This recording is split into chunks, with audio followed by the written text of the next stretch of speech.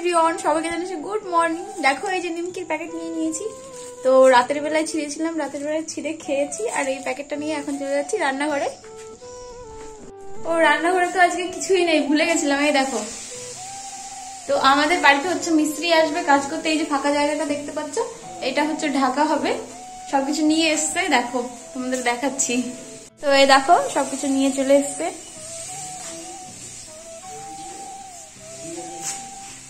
তো দেখো এই যে নিমকিটা ঢেলে নিচ্ছি বাটিতে। কি বলতো, সকালে উঠেই কিন্তু আমার ভালোই খিদে পায়, তো এই নিমকিটা এখন খাবো। আর মা কি করছে চলো সেটাই দেখছি।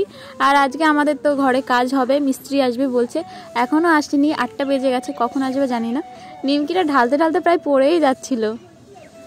মাকে খুঁজলাম কিন্তু পেলাম না, হয়তো পাশের বৌদিদের বাড়িতে গেছে।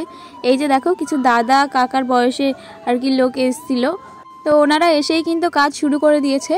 মানে আগের দিন এসেছিল, 2 দিন আগে, তখন আর কি এসে সব কিছুর মাপ নিয়ে গেছিলো আর দেখে গেছিলো যে কোথায় কি লাগবে না লাগবে।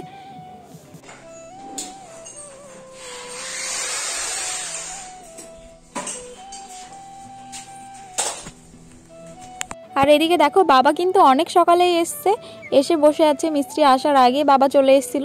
কি বলো তো, বাবা না আসলে হবেও না, সব কিছু একটু দেখিয়ে দিতে হবে আর কি, কোথায় কি কিভাবে করতে হবে না করতে হবে বাবা একটু দেখাশোনা করে। আর বাবা এগুলো ভালোই বোঝে। তো দেখো এই যে স্টিলের আর কি, এগুলো কি বলে আমি জানি না, এগুলো লাগানো হয়েই গেছে। তো আর মাঝখান দিয়ে 2টো দেবে। তো তোমরা দেখতে থাকো ভিডিওটা, দেখলেই বুঝতে পারবে, আমি ঠিকঠাকভাবে বলতে পারছি না। মিস্ত্রিরা এসেছিল মোটামুটি 10টা সাড়ে 10টার দিকে, আর আমি ছাদেই ছিলাম।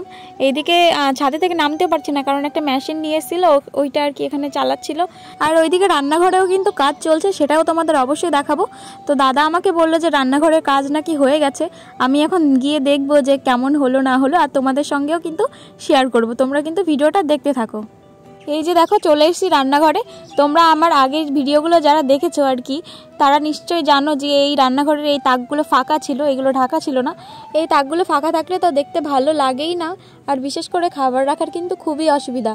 আর তোমাদের যাদের বাড়িতে বিড়াল আছে তারা তো জানোই যে বিড়ালে কেমন জ্বালাতন করে। আর যেদিন মাছ মাংস রান্না হয় সেদিন তো সারা দিন বিড়াল জ্বালাবে খাবার খাওয়ার জন্য। ওদের যদি আলাদাভাবে খাবার দেওয়া হয় তবুও ওরা শুনবে না। এই কাজগুলো আর লক লাগানোর পরে কিন্তু আমার দারুণ লাগছে, আর আমার টেনশনও দূর হয়ে গেল যে অন্তত নিশ্চিন্তে এবার খাবার রাখতে পারবো, বাসনপত্র রাখতে পারবো, বাসনপত্র ধুলেও পড়বে না। তো দেখো আমার দাদাও কিন্তু একটু চেক করে দেখছিল কেমন।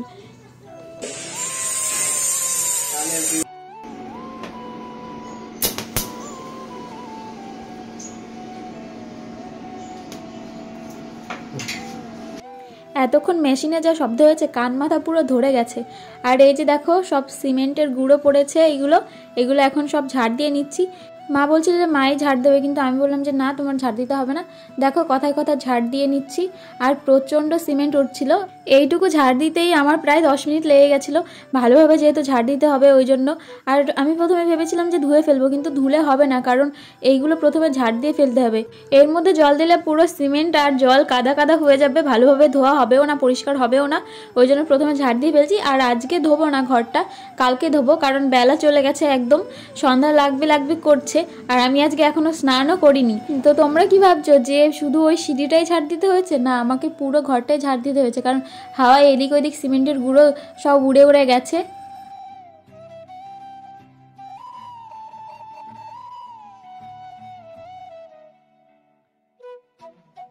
দেখো আমার কিন্তু ঝাড় দেওয়া হয়েই গেছে। এখন ভাবছি একটু স্নান করে আসবো, গরম জল করা আছে, ঠান্ডা জল দিয়ে এখন স্নান করব না, তাহলে ঠান্ডা লেগে যাবে। তো দেখো আমি স্নান করে চলে এসেছি। আর আজকের ভিডিওটাও এখানে শেষ করছি।